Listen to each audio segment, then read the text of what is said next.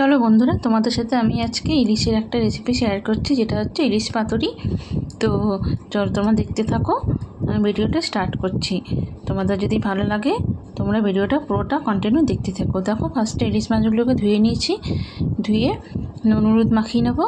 আর তারপর এদিকে দেখো আমি নিয়েছি যে সর্ষের তেল এক বাটি, নারকেল কোড়া, আর এখানে সর্ষে, সাদা সর্ষে কালো সর্ষে মিলিয়ে নিয়েছি, আর লঙ্কা নিয়েছি 8-10টা। তারপর এখানে মাছগুলোকে আমি নুন হলুদ মাখিয়ে নেবো। আর মাছগুলো না আমি হালকা একটু ভেজে নেবো, এপিট ওপিট করে, বেশি ভাজবো না, কড়া করবো না, হালকা একটু ভাজবো, যেহেতু অনেক পাকা মাছ, একটু না ভেজে নিলে ভালো লাগে না।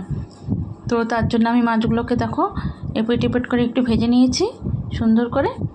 এবারে আমি কড়াইতে একটু কালো জিরে ফোড়ন দেবো।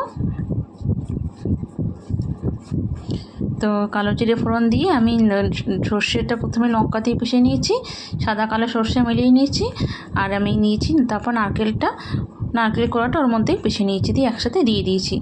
এবার এটা একটু কষাতে হবে।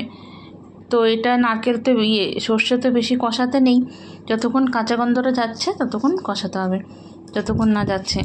তো তার মধ্যে নুন হলুদ দিয়ে দিয়েছি, দিয়ে এখন এই নারকেল আর সর্ষেটা একটু কষাতে হবে। তো এটা আমি এখন কিছুক্ষণ কষাতে থাকবো। তারপর এই দেখো অনেকটা কষে এসছে, মানে কষা হয়েই গেছে। এবার আমি জল দিয়ে দেবো। তো জল দিয়ে কয়েকটা লঙ্কা ভেঙে দিয়েছি। তারপর আমি নুনটা দেখে নিয়েছি, নুন লাগবে না। তারপর এখানে আমি মাছ ভাজাগুলো দিয়ে দেবো, দিয়ে বেশিক্ষণ ফোটাবো না, জাস্ট সামান্য কিছুক্ষণ ফোটাবো, 5 মিনিটের মধ্যে ফোটাবো। ফুটিয়ে আমি রান্নাটা কমপ্লিট করব। তো তোমাদের কেমন লাগলো আমার এই ইলিশ পাতুরি রেসিপিটা? যদি ভালো লেগে থাকে বন্ধুরা, লাইক কমেন্ট শেয়ার করে দিও বেশি বেশি করে।